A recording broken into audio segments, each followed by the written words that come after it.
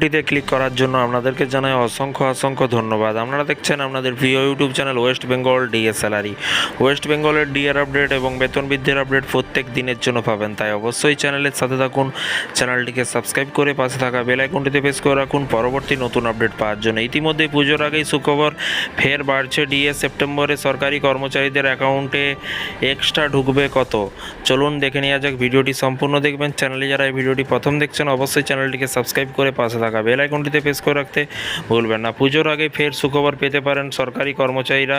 আবারও বাড়তে পারে মহার্ঘ ভাতা, এমনটা ইঙ্গিত পাওয়া যাচ্ছে। অনেকেই ধারণা আগামী সেপ্টেম্বর মাসে কিন্তু 3% ডিএ বাড়ানোর ঘোষণা আসতে পারে নরেন্দ্র মোদী সরকারের তরফ থেকে, যার ফলে মাসে শুরুতেই আরও কিছুটা এক্সট্রা টাকা হাতে আসবে। এর আগে কিন্তু এই বছরে কিন্তু ফেব্রুয়ারি মাসে ডিএনএস অ্যালায়েন্স বাড়ানো হয়েছিল, তবে নতুন করে কিন্তু আবারও কিন্তু শতাংশ বাড়ানো হলে কিন্তু ডিএ 53% হয়ে যাবে। স্বাভাবিকভাবে এমন একটা খবরের খুশি কেন্দ্রীয় সরকারি কর্মচারীরা, কিন্তু সবটাই নির্ভর করছে কিন্তু ঘোষণার উপর। যদি ডিএ বৃদ্ধির পায় তাহলে কিন্তু এই বছরে 1 জুলাই থেকেই কিন্তু সেটা কার্যকর করা হবে। যে টাকাটা কিন্তু পার্থক্য হবে সেটা মাইনের সাথেই দিয়ে দেওয়া হবে। এবং এর পাশাপাশি বিগত কয়েক মাস ধরে কিন্তু কর্মচারীদের অনেকের বকেয়া ডিএর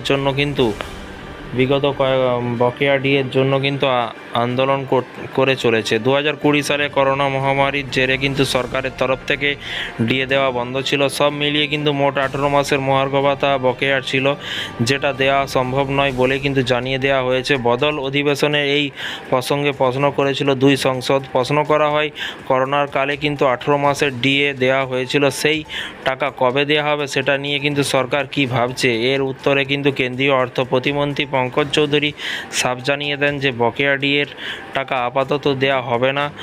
যদিও এর আগে বকেয়া মহার্ঘ ভাতার টাকা 3টি কিস্তিতে মাইনের সাথে দেওয়ার কথা ভাবা হয়েছিল, কিন্তু এর ফলে কিন্তু সরকারি কোষাগারি চাপ বেড়ে যেতে পারে, তাই সেই বিষয়ে কিন্তু আর নতুন কোনো সিদ্ধান্ত নেওয়া হয়নি। এরই পাশাপাশি প্রসঙ্গত, যখন মহার্ঘ ভাতা 50%-এর ঠিক হয়ে যাওয়ার তখন কিন্তু সেটা বেসিক পের সাথে কিন্তু যুক্ত হয়ে নতুন বেতন হয়ে যায়, এবং কিন্তু এখনও সেটা হয়নি। এদিকে 31শে ডিসেম্বর 2025 সালে 7ম বেতন কমিশনের মেয়াদ শেষ হলে নতুন করে 8ম পে কমিশন গঠন করা হবে বলে কিন্তু ইঙ্গিত মিলেছে। তাই বিশেষজ্ঞদের মতে কিন্তু নতুন পে কমিশন আসার আগে কিন্তু ডিএ বেসিক পের সাথে কিন্তু যুক্ত করা হবে না।